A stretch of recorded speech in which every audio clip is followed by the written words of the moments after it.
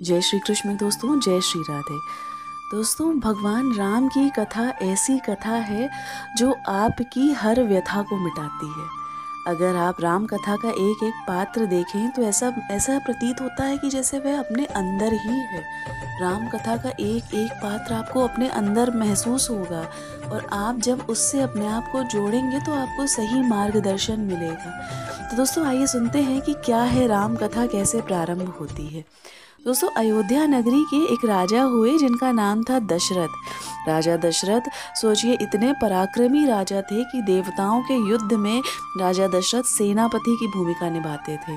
राजा दशरथ इतने पराक्रमी थे कि पूरे विश्व में उनका गुणगान होता था। तो दोस्तों, आज राजा दशरथ के मन में एक भाव उठा।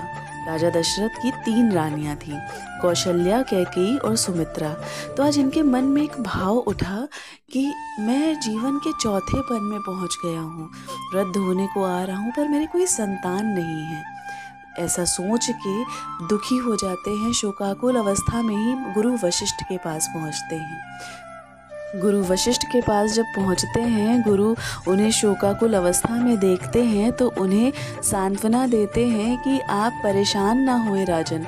राजन, आपको एक पुत्र की कामना है, आपके 4 पुत्रों का योग है। ऐसा बताकर उनको बताते हैं कि आप एक पुत्र कामेष्टि यज्ञ का आयोजन करें। राजा दशरथ वैसा ही करते हैं और श्रृंगी ऋषि को बुलाकर एक पुत्र कामेष्टि यज्ञ किया जाता है। दोस्तों, जानते हैं ये श्रृंगी ऋषि कौन है? ये भगवान राम की बहन शांता के पति हैं। जी हाँ दोस्तों, अन्य रामायणों में वर्णन आता है भगवान राम की बहन शांता का, और इनका विवाह हुआ था श्रृंगी ऋषि से। तो दोस्तों, यही श्रृंगी ऋषि पुत्र कामेष्टि यज्ञ करते हैं। पुत्र कामेष्टि यज्ञ पूर्ण होता है और स्वयं यज्ञ नारायण भगवान खीर का प्रसाद लेकर प्रकट होते हैं और राजा दशरथ से कहते हैं कि राजन, इस खीर को अपनी 3 रानियों में बांट दें। वह खीर 3 रानियों में बंटती है, जिससे माँ कौशल्या गर्भ धारण करती हैं और भगवान राम का प्राकट्य होता है। माँ कैकेयी गर्भ धारण करती हैं और भरत जी का प्राकट्य होता है, और सुमित्रा जी गर्भ धारण करती हैं तो लक्ष्मण जी और शत्रुघ्न जी का प्राकट्य होता है। तो दोस्तों, राजा दशरथ जो कि अत्यंत शोक में थे कि उनके एक भी पुत्र नहीं है, तो उनको सोचिए जीवन के चौथे पन में वृद्धावस्था में 4 पुत्रों का सुख प्राप्त होता है। फिर दोस्तों, ये 4 पुत्र उनके धीरे धीरे बड़े होते हैं। तो दोस्तों, धीरे धीरे ये राजकुमार बड़े होने लगते हैं। एक दिन राजकुमार जब बड़े हो जाते हैं तो राजा दशरथ के द्वार पर ऋषि विश्वामित्र आते हैं। ऋषि विश्वामित्र आते हैं और जानते हैं राजा दशरथ से क्या मांगते हैं। ये जो विश्वामित्र जी हैं, ये एक बार और पहले आ चुके हैं। आपने राजा हरिश्चंद्र के समय में जब विश्वामित्र जी आए थे, ये कथा सुनी होगी। तो दोस्तों, आज फिर विश्वामित्र जी का आगमन हुआ है और राजा दशरथ चौंक गए हैं कि भला विश्वामित्र जी का आगमन क्यों हुआ है। विश्वामित्र जी आते हैं और कहते हैं, राजन, मुझे राम और लक्ष्मण दे दो। कुछ और कहते ही नहीं हैं, सीधे राम और लक्ष्मण मांगते हैं। तो राजा दशरथ कहते हैं कि ऋषिवर, आप मुझसे कुछ भी मांग लें, आप मुझसे राम को ना मांगे। विश्वामित्र जी समझाते हैं कि मैं एक यज्ञ कर रहा हूँ जिसको सुबाहु, ताड़का और मारीच जैसे दैत्य पूरा नहीं होने दे रहे हैं। मुझे उस यज्ञ को पूर्ण करने के लिए आपके राम और लक्ष्मण की आवश्यकता है। खैर, गुरु वशिष्ठ जब राजा दशरथ जी को समझाते हैं कि राम और लक्ष्मण को जाने दें। रामचरितमानस में तो कहा गया है कि गुरु वशिष्ठ ने बहुत विधियों से समझाया। कुछ आचार्य लोग ये भी कहते हैं कि बहुविधि समझाया, यानी कि उन्होंने समझाया कि जब राम और लक्ष्मण जाएंगे तब आपके घर में बहुएं आएंगी। राम और लक्ष्मण जब जाएंगे तब बहुविधि समझावा, यानी कि बहुओं का आगमन होगा। तो दोस्तों, जब गुरु वशिष्ठ समझाते हैं तो राजा दशरथ राम जी और लक्ष्मण जी को विश्वामित्र जी के साथ भेज देते हैं। विश्वामित्र जी के साथ राम और लक्ष्मण निकल पड़ते हैं। रास्ते में सबसे पहले ताड़का आती है। ताड़का को विश्वामित्र जी कहते हैं कि राम, इसको खत्म कर दो। जानते हैं भगवान राम क्या कहते हैं? भगवान राम कहते हैं, गुरुदेव, मैं एक क्षत्रिय हूँ और एक स्त्री पर अस्त्र उठाना, अस्त्र शस्त्र का प्रहार करना, यह मेरी मर्यादा के विरुद्ध होगा। तब विश्वामित्र जी उन्हें समझाते हैं कि आतताई का कोई लिंग नहीं होता, वो तो आतताई होता है और उसको समाप्त कर देने में ही भलाई होती है। समझाने पर भगवान राम ताड़का को मारते हैं, एक ही बाण में ताड़का मर जाती हैं और उसके बाद मारीची और सुबाहु का भी अंत करते हैं। मारीची को बिना फर का बाण मारते हैं, वो समुद्र के उस पार गिरता है और सुबाहु का अंत करते हैं। इस मारीची को छोड़ देते हैं ना कि आगे इसका भी काम आएगा, यही तो हिरण बन के आएगा। तो दोस्तों भगवान यहाँ पर मारीची, सुबाहु और ताड़का से विश्वामित्र जी के यज्ञ की रक्षा करते हैं। यज्ञ पूर्ण होता है। फिर एक दिन जनक जी का आमंत्रण आता है विश्वामित्र जी को। और आमंत्रण क्यों आता है? क्योंकि वह एक धनुष यज्ञ कर रहे होते हैं। यह धनुष यज्ञ क्यों होता है? उनकी पुत्री है माता सीता, जानकी जी उनकी पुत्री हैं और इनका स्वयंवर हो रहा है। इनके विवाह की योजना बनाई जा रही है और इसमें धनुष यज्ञ किया जा रहा है। यहाँ ये धनुष कौन सा है? ये कोई साधारण धनुष नहीं है, ये धनुष है भगवान शिव का पिनाक धनुष। तो दोस्तों भगवान राम भी इस यज्ञ में जाते हैं। जनक जी का आमंत्रण आता है, विश्वामित्र जी वहाँ पहुँचते हैं और विश्वामित्र जी के साथ भगवान राम और लक्ष्मण जी भी पहुँचते हैं।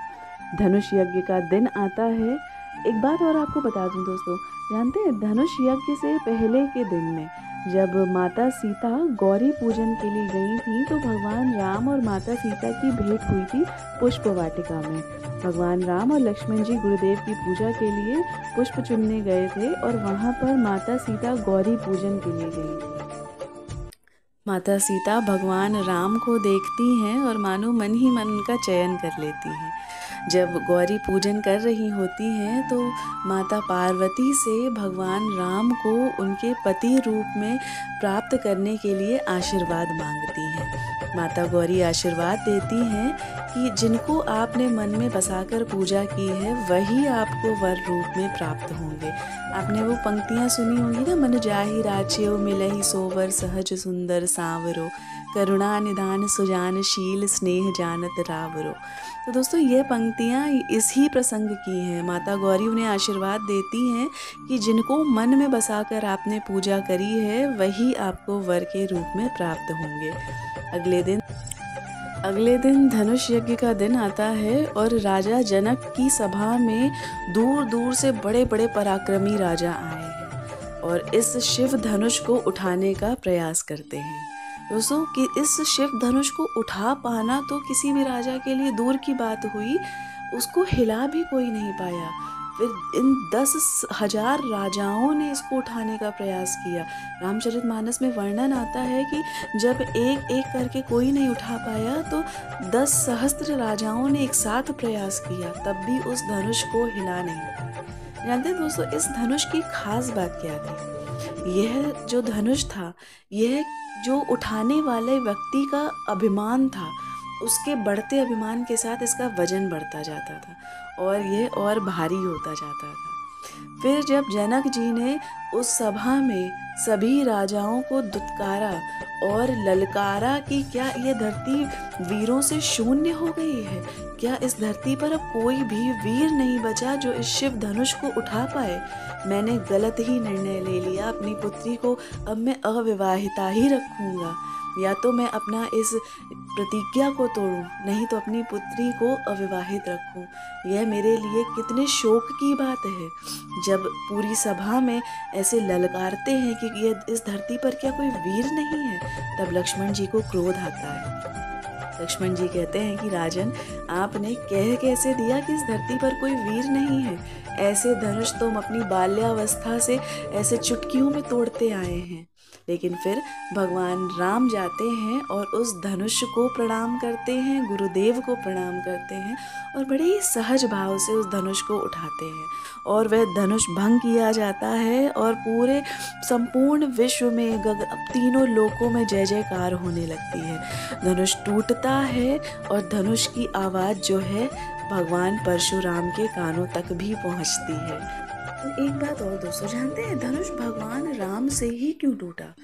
दोस्तों जब भगवान राम धनुष को उठाने गए थे तो उनके अंदर कोई अभिमान नहीं था कि मैं तो भगवान हूँ, मैं तो इस धनुष को उठा ही लूँगा।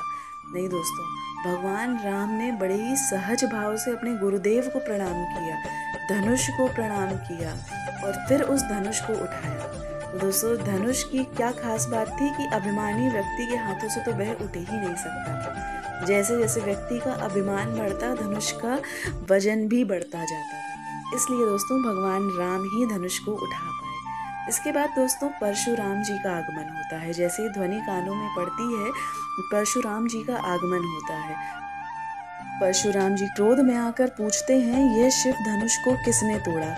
यहाँ पर बड़ा ही सुंदर लक्ष्मण जी और परशुराम जी का संवाद होता है। यदि आप रामचरितमानस पढ़ें तो लक्ष्मण जी परशुराम जी को बड़े ही विचित्र उत्तर देते हैं। कहते हैं कि इस धनुष का टूट जाना कोई हमारे लिए बड़ी बात नहीं है ऋषिवर, हम लोग तो बाल्यावस्था से ऐसे धनुषों को तोड़ते आए हैं।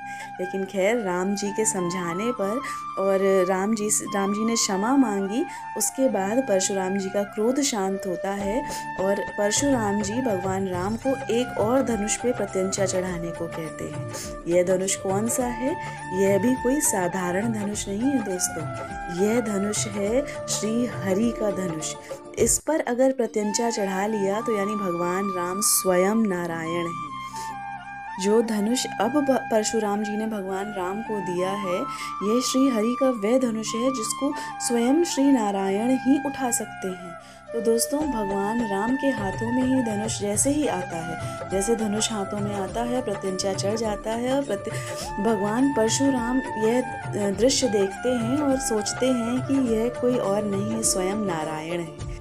खैर, यहाँ परशुराम जी अब भगवान राम को आशीर्वाद देकर चले जाते हैं और भगवान राम का विवाह माता सीता से होता है। यह दिन था विवाह पंचमी का दिन, जिसको हम आज विवाह पंचमी के रूप में मनाते हैं। इस दिन भगवान राम का विवाह माता सीता से होता है और सभी भाइयों के विवाह होते हैं। यहाँ दोस्तों, चारों भाइयों के विवाह होते हैं। राम जी का विवाह सीता जी के साथ संपन्न होता है, भरत जी का मांडवी जी के साथ, शत्रुघ्न जी का श्रुतकीर्ति जी के साथ और लक्ष्मण जी का उर्मिला जी के साथ। चारों भाइयों के विवाह संपन्न होते हैं और उसके बाद चारों भाई अपने अपनी वधुओं के साथ घर वापस लौटते हैं। दोस्तों, इसके आगे की कथा आपको अगले भाग में सुनने को मिलेगी। अगर कथा पसंद आई हो तो वीडियो को लाइक एंड शेयर कीजिएगा और चैनल को सब्सक्राइब कीजिएगा। जय श्री कृष्ण, जय श्री राधे।